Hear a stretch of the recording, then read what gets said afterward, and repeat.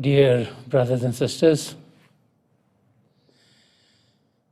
it gives me great joy to be able to spend some time with all of you. Because of the pandemic, we haven't been able to meet physically. And we're trying to do the best that we can under these circumstances so that we have opportunities to be together while we are in different places all around the globe. This month, the month of July, has had some extraordinary activities that have happened. People have been putting a lot of energy and money to be able to develop spaceships in which average people can go in. When I say average people, I mean people who are physically not as well as the astronauts, who have not had rigorous training as the astronauts do, the ones who've been exploring space. And so 2 experiments were conducted. And people who design these spaceships are trying to have those who are not trained to be astronauts to be able to also experience the activities that one feels as one goes into outer space. Both of those experiments were successful. And as more time and energy and money goes into the development of the spaceships, we're not far away from when someone who is unable to be trained as an astronaut will also be able to go on these flights. They might be very expensive in the beginning, but as happens whenever new inventions come in, with time, and as more and more people start to use those inventions, the price goes down. And so hopefully in a few years, it'll be something that many of us will be able to afford. As human beings, we've always searched for outer space. We have this love connection with the stars, with the moon, and with the sun. Many people at night, when they look up into the sky, and they see the moon and they see the various stars there. Those who write poetry have written many, many good poems about their experiences. And as we look up and we are many miles away from those objects, we wonder, what is there on the moon? What is happening with other planets? Because we've been told that there are many planets in our solar system. There are many, many other galaxies, with many of them having their own solar systems. And there's always this intrigue about trying to know what is in outer space. Quite a few decades ago, when exploration into outer space started, not only were human beings able to just send spaceships which could go around the Earth, get closer to some of these planets and see what is going on, but we were also able to send a human being on the moon. And as the first step was taken on the moon, a new vista opened up in exploration of space. Today, as we experience what has happened in the last few decades. Not only have human beings gone to the moon, but also there is a space station which is set up, which goes around the earth to be able to experience what travel in space would be like. And just recently, the rover was sent to Mars, the red planet, so that it could explore what the planet looks like and send images and data to many, many people who are watching and analyzing the space travels.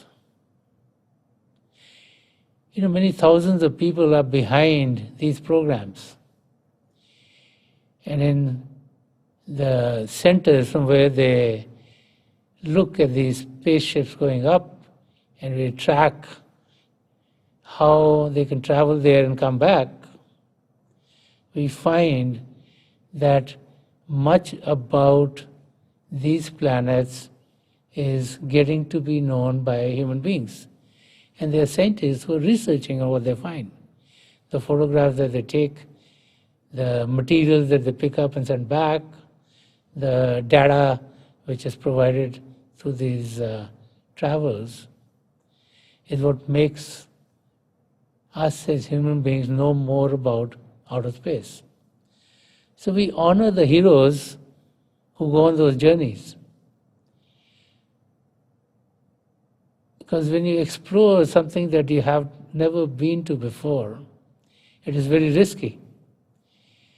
When people started going on the space programs, they were the true heroes because they, at that time, were not even sure if they'll come back. And so we all adore them. And what is very interesting is that all the attention that we give to the people who go to outer space is with awe and with love, and we want them to be successful. So just like there are many people associated with travels into outer space, there also over the years have been groups of people who are exploring what is called inner space.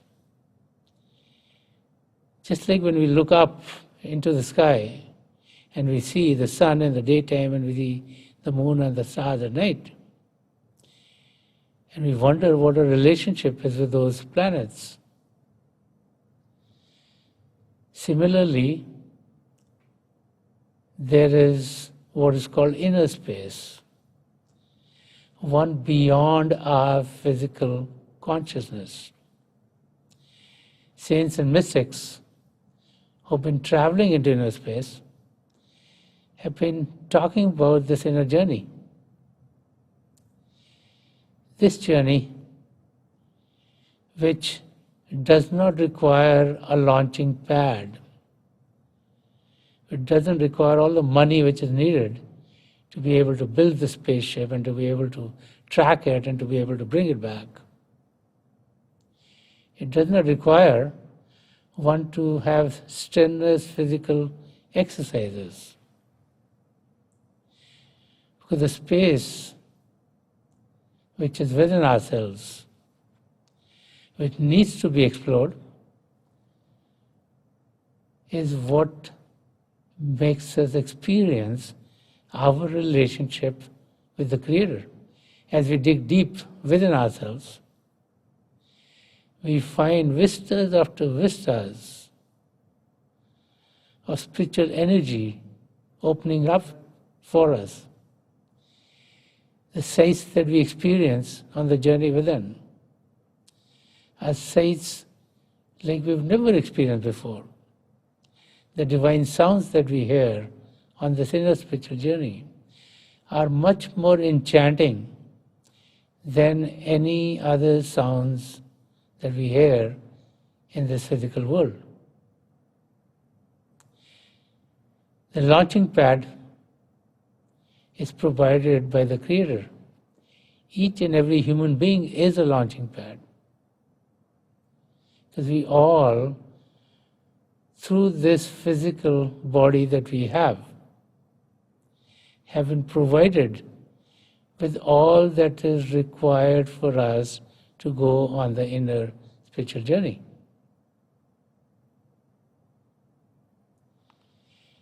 Within ourselves has been provided what is called the single eye or the third eye, the Shiv Netra or the Dasmadwar, which is here, between and behind the two eyebrows. And as we collect our sensory currents, those are the currents through which we operate in this physical world. Our physical senses of sight, of hearing, of smell, of taste, and of touch are having us interact with the world outside. So with these eyes we see objects made of physical matter. With these ears we hear sounds that come from physical matter. And through the other senses too, we are getting sensations of the physical world in which we live. And these are all physical sensations. And so, to be able to go on the inner journey, we withdraw our attention from the world outside. Unfortunately, we all think that all happiness and joy comes to us when we would focus on the world outside. To entertain ourselves, we watch movies or plays or other things which are produced here. To celebrate something, we have food from the world outside and much other things that go with the celebrations. And so we are accustomed to focus our attention in the world outside more and more because we think we'll get happiness from there. But over the years, as we grow, we realize that the happiness that we maybe get from the activities of the world outside are short-lived. And then they fade away.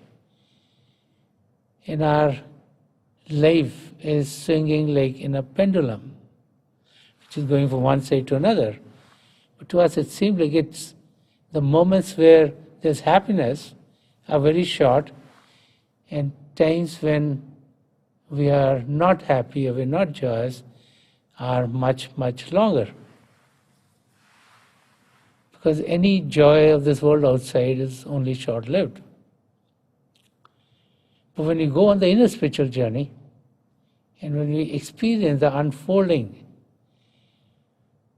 of what is within ourselves, then much opens up for us. We experience happiness which we cannot explain in words. The bliss that we find ourselves in is unending. It keeps on going on and on and on. The joys within cannot be explained in any language. But those are the joys that one experiences for themselves, and no language in the world is adequate enough to let us know what the joys are within, because all languages are created to focus on what is on the outside. And so this is the journey which needs to be experienced. And what is very interesting is, when we look at the lives of the great saints and mystics, they all talk about revelations of the divine, connections with the Creator as we focus our attention within ourselves. There's an interesting anecdote about a person who, as he was growing up as a child, always wanted to fly. And this is about the time which is many, many, many centuries ago.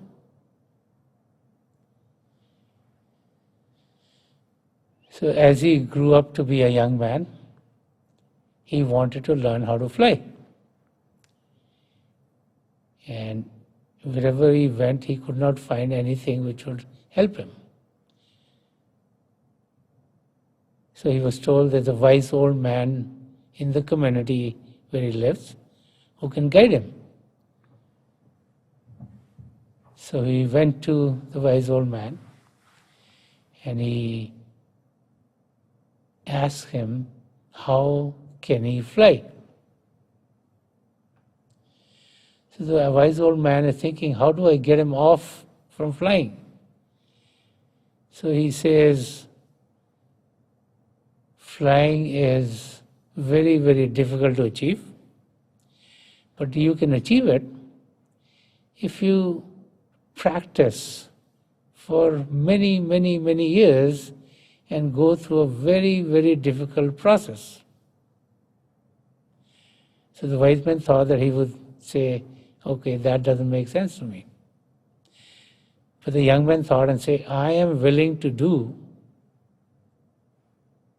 whatever it takes. Whether it is going to be very difficult for me, whether it's going to be very painful for me, I want to fly. So the wise man thought, and he said, I want to tell you about another kind of flying, which you might never have thought about. Because all you're thinking about is flying your physical body. And so the young man said, is there another way of flying? And the wise man said, yeah, I can have you fly, not in the physical world, but in the spiritual worlds. And for that, you don't have to take years and years and years. And it can happen very quickly. And the joy that you get by flying for maybe a few moments is just going to be there for just those moments and then it'll fade away. But the flight that I'm talking about is one in which you would be in a state of happiness and joy perpetually. So the young man got very excited and he said, I definitely want to try this. And I will try it for maybe a few months. And if it doesn't work, then I can go back to maybe flying in the physical arena and spend years and years and go through all the difficult things to get to fly. So he thought to himself, he said, maybe it is worth giving it a try. So the wise old man taught him how to meditate.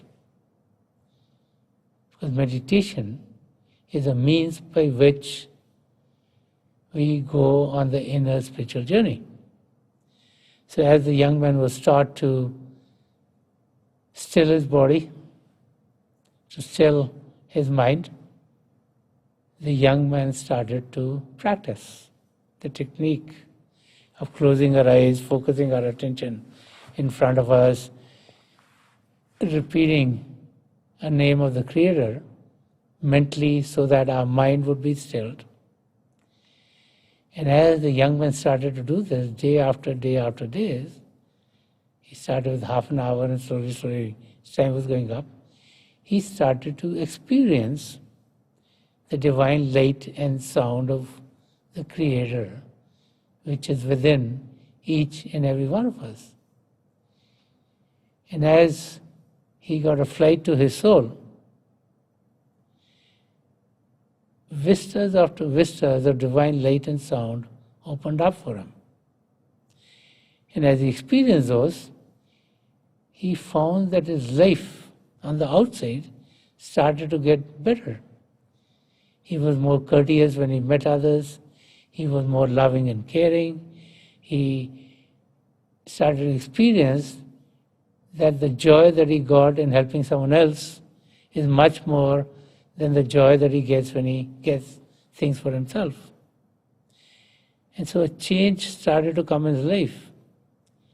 And as he experienced that, he wanted to meditate more and more and more, because the joy that he experienced, he had never experienced before. So saints and mystics talk about this inner journey. They talk about the journey which our soul takes, because that is our true essence. The conscious being that we are is our soul. And they talk about the flights of the soul or the flights of the spirit. Our soul is a part of the Creator. And we've been separated from the Creator for eons and eons. And as we find ourselves in this human existence, all the faculties that are required by us to know the Creator have been provided here. And as we make use of those faculties, we start with first having a good understanding of who we are. Many of us think of ourselves just as the human body. But as we dig deep into who we are, we realize we're not the body, we're not the mind, we're not our brains. In reality, we are spirit, we are soul. We're a conscious being. And then we want to experience our conscious being. And as we focus our attention away from the activities of the world outside and focus them within ourselves, we start to have experiences like we've never experienced before. And the happiness and the joy that we experience through those revelations are one that keep us in a state of bliss perpetually. The very purpose of us being in this human existence is to truly know ourselves, which is to know that we are soul, which is called self-realization, and then to find our connection with the Creator, which is called God-realization. As we go on the spiritual journey, we cross many regions of consciousness within ourselves. From the physical to the astral, from the astral to the causal, from the causal to the supercausal, and from there to such kind of the region of all truth, the region of all consciousness. And we can go on this spiritual journey. The launching pad is here at the seat of the soul. The power that takes us within is called the light and sound of God. And help and guidance comes to us through the saints and the mystics who've come in all times, in various parts of the world, and in all faiths and religions. They talk about the inner side of our life. They talk about us as experiencing as we are, not as the physical body, not as a mental entity, but as a spiritual being. And while being alive in this physical body, where our existence here could be for many years, that we have an opportunity while we are in this physical state to be able to experience ourselves as to who we really are. Many times we wonder how everyone does not understand who they are. But what happens is that all of us are so focused on living at the level of our physical senses that everything that we experience is through them, and they only give us inputs from this physical world in which we find ourselves. So those few who understand who they are, then they start to work on experiencing who they are. And then they learn the techniques to be able to go on the spiritual journey, whether you call it meditation or inversion, or sitting in silence, or communing with the Lord. These are all activities which take us from the physical to the divine. And as we go on the spiritual journey, it's a journey of love, it's a journey of light. Saints and mystics talk about vistas after vistas of divine light and sound that we experience on the spiritual journey, that put us in a state of joy like we've never experienced before. The very purpose for us to get this human body is to find a connection with the Creator, which we do when we meditate. So let us all meditate for a few minutes. Please sit as comfortably as you can. Close your eyes very gently. Make sure that your eyeballs are straight, focus 8 or 10 inches in front of you. As you close your eyes, those of you who have been initiated in the mysteries of the beyond, please do your Simran. And those of you who are new here, please repeat any name of God that you feel comfortable with. This repetition of God's name should be done mentally and not out loud. Just keep your gaze right in the middle of what you will be experiencing.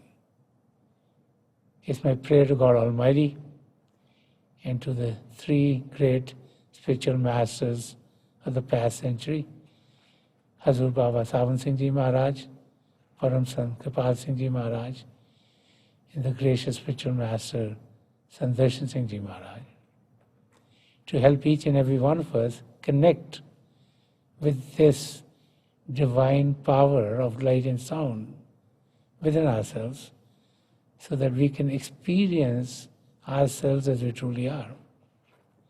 We'll be sitting for a few minutes. I'll be taking you out of this meditation at that time. And my best wishes are with each and every one of you.